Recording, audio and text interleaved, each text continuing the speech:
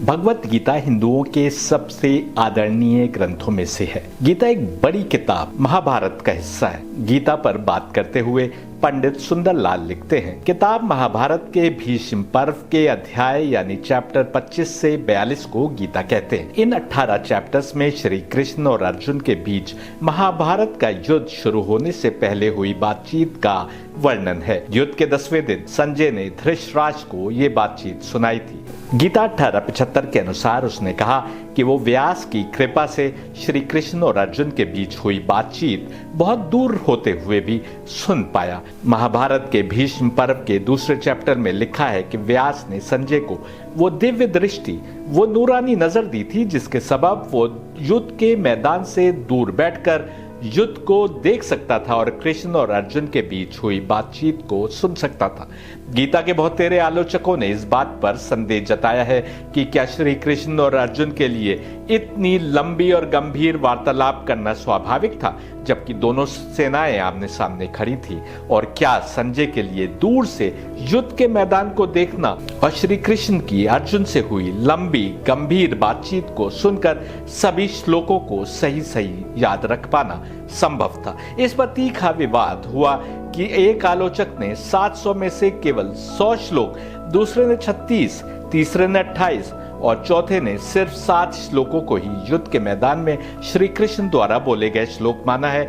इस विवाद से बचने के लिए कई विद्वानों ने ये बताने की कोशिश की कि समूचे युद्ध का चित्रण एक रूपक है जो इंसान के मन में हमेशा हमेशा चलने वाले अच्छाई और बुराई के बीच संघर्ष को दर्शाता है। ये तो हमने बताया जैसा पंडित सुंदरलाल ने लिखा। इससे साफ है कि अपने को गीता का बड़ा ज्ञानी समझने वाले अनेक आलोचक गीता पर उंगली उठाते रहे और कृष्ण के मुख से परमात्मा ने अर्जुन से जो बातचीत की है उस पर ही संदेह जताते रहे। अगर आप हमारे लेक्चर सुनते आ रहे हैं तो आप बहुत अच्छी तरह जानते हैं कि सैयद हैदर न सिर्फ कृष्ण को परमात्मा का अवतार मानता है बल्कि ये भी दिखाता आया है कि कोई अवतार क्यों और कैसे बनता है और उसका मानवता को सत्य मार्ग बताने और राह पर चलाने की कोशिश करने में क्या रोल होता है। ये तो मुमकिन है कि गीता के माध्यम से परमात्मा हमसे क्या बात करने की कोशिश कर रहा है ये हम सही समझ ना पाए हों, जैसा कि वेदों के साथ हुआ कि हम समझ ही नहीं पाए कि वो क्या बात कर रहे हैं, और जब नहीं समझ पाए तो हमने उनको किनारे रख दिया बावजूद इसके कि हम मानते हैं कि वेद ईश्वरीय ग्रंथ है। ईश्वरीय ग्रंथ मान रहे हैं और समझने की कोशिश नहीं करते कि हमारा ईश्वर हमें क्या संदेश देना चाह रहा है। जाहिर है कि ईश्वर ने यदि हमको पैदा किया है तो वही राह दिखाएगा, हमारी बेहतरी की वही बताएगा कि हमें पैदा करने का मकसद क्या था और वो हमसे क्या चाहता है। वेदों को किनारे रखकर हमने अपने परमात्मा की आवाज सुनने की कोशिश के दरवाजे बंद कर दिए। वेद किनारे रखकर हमने परमात्मा द्वारा बताई जा रही सत्य मार्ग की समझ ही भुला दी। अगर हम भगवत गीता में फिर से बताए जा रहे सत्य को भी पूरी तरह नहीं समझ पाए तो सिर्फ और सिर्फ इसलिए क्योंकि हम उन वाइटल हकीकतों की समझ से दूर आ गए थे जो डिवाइन क्रिएशन प्लान का हिस्सा है और जो उससे पहले वेद और उपनिषद बताते आए थे। हमने देवताओं के रोल को सही नहीं समझा, देवताओं और अवतारों के रिश्ते को नहीं समझा, देवताओं और परमात्मा के रिश्ते को नहीं समझा और ब्रह्म यानी एक निराकार की समझ नहीं बना पाए और कुछ रस्मों को निभाना धर्म समझते रहे। जबकि आज इस लेक्चर से शुरू होने वाली गीता पर आधारित सीरीज को आप सुनेंगे तो जानेंगे कि परमात्मा उन रस्मों के बारे में क्या कहता है जिनको हम धार्मिक रस्में मानकर निभा रहे हैं। इस सीरीज को सुनने के बाद मन में यदि कोई भी शक है गीता के बारे में, कृष्ण के असल रोल के बारे में, देवताओं, परमात्मा और ब्रह्म की समझ के बारे में, तो वो दूर हो जाएंगे। मुस्लिम जो इस सीरीज को सुनेंगे वो भी कृष्ण के महत्व को समझेंगे और सीधे रास्ते की समझ को हम तक पहुंचाने में गीता के रोल को पहचानेंगे। काश कि हम गीता की सही समझ बनाकर उसको अपनी जिंदगी में उतार सके। भगवत गीता की कहानी पर बात करते हुए लोकमान्य बाल गंगाधर तिलक लिखते हैं, जो लोग केवल कहानी के आध्यात्मिक यानी नूरानी पहलू में इंटरेस्ट रखते हैं उन्हें इसके बाहरी स्वरूप पर कोई विवाद करने की जरूरत नहीं है। चाहे महाभारत ग्रंथ में जिस युद्ध का जिक्र किया गया है वो वास्तव में हुआ हो या नहीं हुआ हो, चाहे श्री कृष्ण और अर्जुन ने युद्ध के मैदान में कोई वार्तालाप किया हो या नहीं किया हो, चाहे संजय को कोई दिव्य दृष्टि यानी नूरानी नजर दी गई हो या नहीं दी गई हो, यह साफ है कि गीता के श्लोक ना तो श्री कृष्ण और अर्जुन द्वारा रचे गए थे और न ही संजय द्वारा। इनकी रचना वास्तव में व्यास ने की थी। गीता को भी श्री कृष्ण और अर्जुन द्वारा वर्तमान रूप में व्यक्त किया गया मानना या फिर इस पर तर्कशास्त्र के कानूनों को लागू करना गीता के लिए सही नजरिया नहीं लगता। भगवत गीता तमाम उपनिषदों का सार है और इस कारण हमें अन्य धर्म ग्रंथों को पढ़ने की आवश्यकता नहीं है और सभी जमानों की भटकी हुई रूहों के लिए एक सुंदर और मूल्यवान संदेश प्रस्तुत करती है। ऐसा लोकमान्य बाल गंगाधर तिलक ने लिखा। इसमें शक नहीं कि गीता सभी जबानों की भटकी हुई आत्माओं के लिए उनकी बेहतरी और उद्धार का मार्ग प्रदर्शित करती है, लेकिन ये कहना कि गीता उपनिषदों का सार है और अब हमें अन्य धर्म ग्रंथों को पढ़ने की जरूरत नहीं, गलत है। असली डिवाइन किताबें वेद हैं। उपनिषद तो खुद सार के रूप में ऋषियों ने लिखे जब हम वेदों में की जा रही बातचीत को नहीं समझ पाए। वेदों ने हमारी हिदायत का मार्ग भी बताया था और उस राह को प्रदर्शित करने वाली दिव्य आत्माओं की भी पहचान कराई थी। हमने जब वाइटल लिंक्स की समझ भुला दी तो हम उपनिषदों को भी नहीं समझ पाए और यदि वो समझ हमने नहीं बनाई तो हम गीता के मैसेज को भी पूरी तरह समझ पाने से वंचित रह जाएंगे। यहाँ ये सही है कि डिवाइन क्रिएशन प्लान जानने वाला इंसान, ब्रह्म से लेकर इंसान तक का रिश्ता क्या है और बीच में कौन कौन ताकतें हैं, ये जानने वाले इंसान के लिए सिर्फ गीता ही काफी है। लेकिन सही समझ के साथ ही हमको गीता को समझना होगा, अन्यथा हम गुमराही में ही भटकते रहेंगे। क्रिटिक्स चाहे जो कहें, मेरा यकीन है कि गीता पूरी की पूरी ओरिजिनल है। ऐसी कंटिन्यूटी, ऐसे टॉपिक्स का विभाजन और जिस तरह एक एक टॉपिक को विस्तार पूर्वक समझाया गया है, ये पुष्टि करता है कि या तो पूरी की पूरी गीता को एक ही सोर्स से निकला हुआ माना जाए या फिर कुछ भी नहीं। क्रिटिक्स को बार बार जो बात अटपटी लगती है वो ये कि पूरी की पूरी चर्चा युद्ध पर उतारू दो फौजों के बीच और दोनों तरफ से फेंके जाते हुए तीरों के बीच हुई। वो और अधिक भ्रमित हो जाते हैं जब वो ये नहीं समझ पाते कि गीता का विषय जो आध्यात्मिकता यानी स्पिरिचुअलिटी से जुड़ा है, युद्ध के बैकग्राउंड में कैसे फिट बैठता है। जैसे जैसे आप मेरी इस कमेंट्री को सुनते जाएंगे, आप पाएंगे कि कृष्ण और अर्जुन के बीच हो रही चर्चा युद्ध के लिए खड़ी दोनों ही सेनाओं के लिए रुचि रखती थी, क्योंकि इस चर्चा के बैकग्राउंड में ही पूरा युद्ध का आधार और मकसद था। ये चर्चा ये तय करने के लिए थी कि कृष्ण की ओर से कौन लड़ेगा और कौन कौरवों का साथ देगा। जो लोग बीच में खड़े होकर तमाशा देख रहे थे, कृष्ण उनकी भी आलोचना करते हुए कहते हैं कि बीच का कोई मार्ग नहीं, या इधर आओ या फिर तुम उधर के हो। आखिर कौन फौज चाहेगी कि सामने खड़ी फौज में सिपाहियों की बढ़ोतरी हो।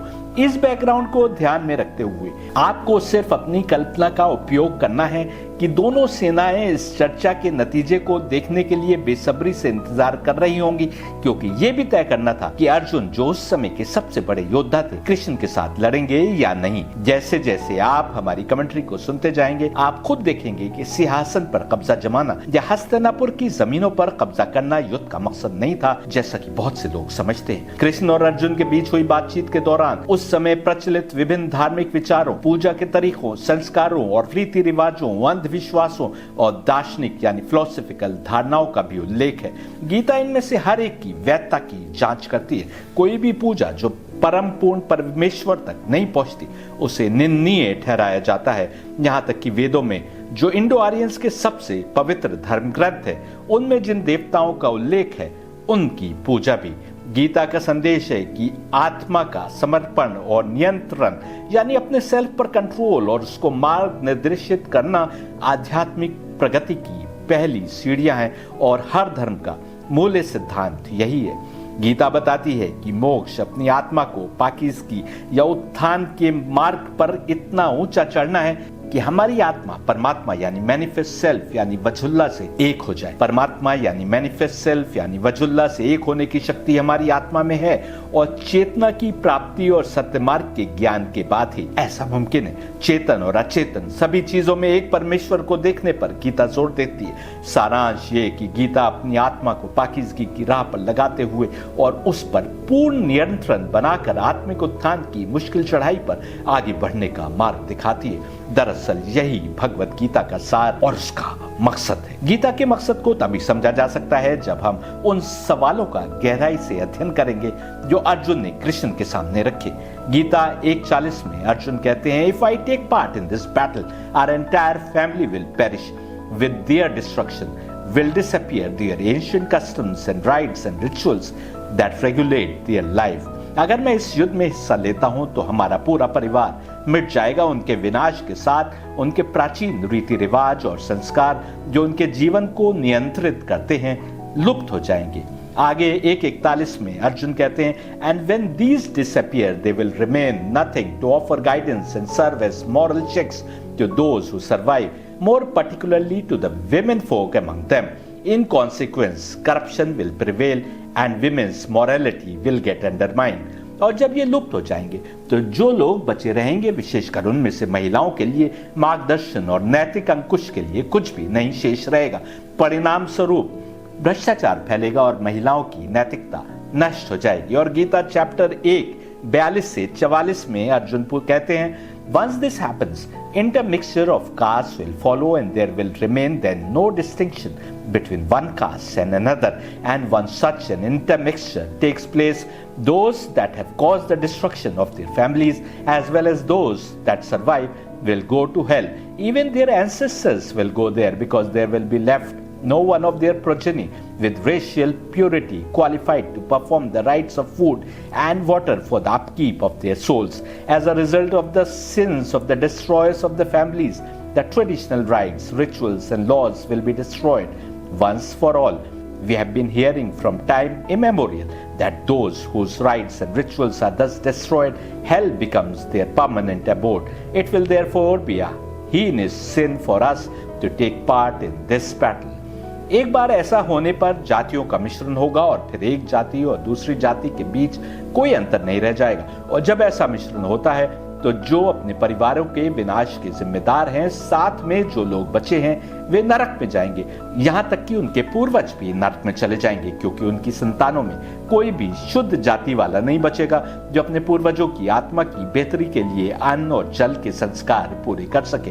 और जो परिवारों के विनाश का कारण बना, उसके गुनाह के कारण पारंपरिक संस्कार, रीति रिवाज और नियम कानून सदा के लिए नष्ट हो जाते हैं। हम अनादिकाल से सुनते आए हैं कि जिनके संस्कार और रीति रिवाज इस तरह नष्ट हो जाते हैं, नरक उनका स्थायी निवास बन जाता है। इसलिए इस युद्ध में हिस्सा लेना हमारे लिए एक जघन्य पाप होगा, ऐसा अर्जुन कृष्ण से कहते हैं। आपने देखा, नरक और स्वर्ग की बात हो रही है। बहुत सारे हिंदू कहते हैं कि नरक और स्वर्ग तो मुसलमान मानते हैं और हिंदू उससे आगे मोक्ष को मानते हैं, पर मोक्ष की बात भी हो रही है गीता में और नरक और स्वर्ग की बात भी हो रही है। इसका मतलब कि नरक और स्वर्ग भी है और उससे आगे एक और स्टेज है जिसको मोक्ष कहते हैं। साफ है कि दूसरी ओर खड़ी फौज भी इस वार्तालाप को बहुत ध्यान से सुन रही होगी, क्योंकि इस पर ही निर्भर होना था कि पांडव कृष्ण की ओर से युद्ध लड़ने आते हैं कि नहीं आते। अर्जुन की ये बातचीत हमें उस समय के लोगों की सोच और मान्यताओं के बारे में जानकारी देती है। सच्चाई यह है कि उस समय के लोग सच्ची वैदिक शिक्षाओं से भटक गए थे और उनका धर्म केवल रीति रिवाजों को निभाने तक सीमित रह गया था।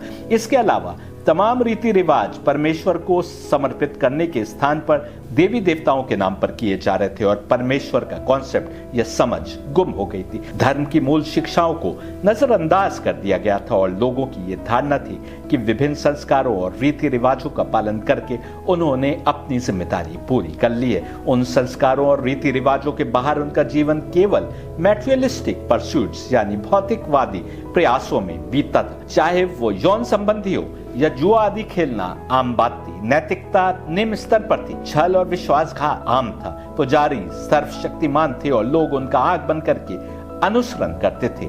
ये उन्हें राजाओं पर भी कंट्रोल बनाए रखने की शक्ति देता था। इसके नतीजे में पुजारी धन और शक्ति में खेल रहे थे। वे निर्धारित करते थे कि क्या सही है और क्या गलत, क्या धर्म है, और वेद की समझ भी वही पेश करते थे, क्योंकि आम लोगों के पास वेद मौजूद नहीं थे। सत्य सच्चे सनातन मार्ग से भटकाव इतना ज्यादा हो चुका था कि परमात्मा ने कृष्ण के रूप में एक नए दूत यानी अवतार को भेजने की जरूरत महसूस की। वेद में एक ईश्वर की बात हुई थी, लेकिन वेद की सही समझ से इतनी दूरी बन चुकी थी कि एक बार फिर कृष्ण ने जब एक ईश्वर के संबंध में शिक्षाओं को दोबारा पेश किया तो ऐसा लगा जैसे वो वेद के विपरीत बिल्कुल नए धर्म का प्रसार कर रहे हैं। इतिहास देखें तो ऐसा बार बार हुआ है और कृष्ण के समय भी यदि ऐसे ही हुआ तो ये कोई नई बात नहीं थी। लोग अपने बाप दादाओं से मिले धर्म को बिना किसी तर्क या बुद्धि को लगाए सच्चे धर्म के रूप में मानते थे। वो ये समझने की कोशिश नहीं करते थे कि मुमकिन है कि उनके पूर्वजों ने भी सत्य को सही सही ना समझाओ या समय के साथ कुछ कुरीतियों ने सच्चे धर्म की समझ को बदल दिया हो। यह भी मुमकिन है कि वेद की समझ हम तक सही ना पहुंची हो। कृष्ण का समय आते आते भी लोग वेद की सही समझ से भटक गए थे और कृष्ण को फिर से उस सीधे सच्चे मार्ग को बतलाना पड़ा। इसके बावजूद अपनी गलतियों को पहचानने और सच्चे धर्म की ओर वापस पलटने की बजाय वे अपनी हठ धर्मिता और बाप दादा से विरासत में मिली मान्यताओं से चिपके रहे और जब कृष्ण ने सच्चे सीधे सनातन मार्ग को फिर से पेश किया तो वे उनके खिलाफ हथियार उठाकर इकट्ठे हो गए। अर्जुन भी वैदिक शिक्षाओं की उसी भ्रष्ट समझ के साथ बड़े हुए थे जो गुरु द्रोणाचार्य और भीष्म पितामह जैसे ज्ञानी समझे जाने वाले लोगों ने दी थी। लोग उसी भ्रष्ट समझ को सच्ची वैदिक शिक्षा मान रहे थे। यही कारण है कि अर्जुन के मन में संदेह था, जैसा कि हम अर्जुन द्वारा की गई बातचीत में देख सकते हैं। वो प्राचीन समय से चले आ रहे रीति रिवाजों और संस्कारों के लुप्त होने को लेकर चिंतित दिखाई देते हैं। वो जाति के परंपरागत नियमों के भ्रष्ट होने को लेकर चिंतित हैं। वो इस बात को लेकर चिंतित हैं कि पूर्वजों को चावल और जल अर्पित करने के लिए कोई नहीं बचेगा। उनके शब्दों से पता चलता है कि वो मानते थे कि ये चीजें आत्मा की बेहतरी के लिए जरूरी हैं। धार्मिक पतन इस लेवल तक पहुंच गया था कि इन रीति रिवाजों का पालन तो जरूरी समझा जाता था, लेकिन अपनी आत्मा को बेहतरी के मार्ग पर लगाने की चिंता नहीं थी। अर्जुन संस्कारों का पालन करने के बहाने अपने कर्तव्य से पीछे हटते दिखाई दे रहे थे, ठीक वैसे जैसे भीष्म पितामह और द्रोणाचार्य जैसे गुरु जिस दरबार में बैठे थे उसी दरबार में द्रौपदी का चीरहरण हुआ, लेकिन कुछ संस्कारों की पूर्ति की खातिर अपना धार्मिक दायित्व निभाने में चूक गए। ये आम धारणा थी कि संस्कार स्वर्ग की ओर ले जाते हैं और उनका पालन नहीं करना नरक में ले जाता है। ये समझ लुप्त हो चुकी थी कि हर पल अपनी जिम्मेदारी निभाने का नाम धर्म है और केवल आग पर तेल या घी डालकर कुछ मंत्र पढ़ लेना धर्म नहीं है। इसी ओर कृष्ण इशारा करते हैं जब वो कहते हैं कि धर्म के नाम पर कुछ रस्में निभाने के अतिरिक्त लोग केवल एंटरटेनमेंट में गर्क हैं। ये सीरीज का पहला लेक्चर है। अगले लेक्चर में हम दिखाएंगे कि देवताओं को लेकर उस समय क्या कुछ समझ बनी हुई थी और परमात्मा या फिर ब्रह्म यानी एक एब्सोल्यूट खुदा का कॉन्सेप्ट कैसे लुप्त हो चुका था। भगवत गीता में कृष्ण के मुख से सीधे सनातन सच्चे मार्ग की जो समझ दी गई है उसको यदि हमने नहीं समझा तो फिर हमने न गीता को समझा और न वेद उपनिषद को ही समझ सके। ये सीरीज देखते रहने के लिए आपको चैनल सब्सक्राइब करना होगा। चैनल भी सब्सक्राइब कर लीजिए और अपने मित्रों को भी वीडियो फॉरवर्ड करके सत्य को प्रसारित करने की पुण्य में शामिल होइए।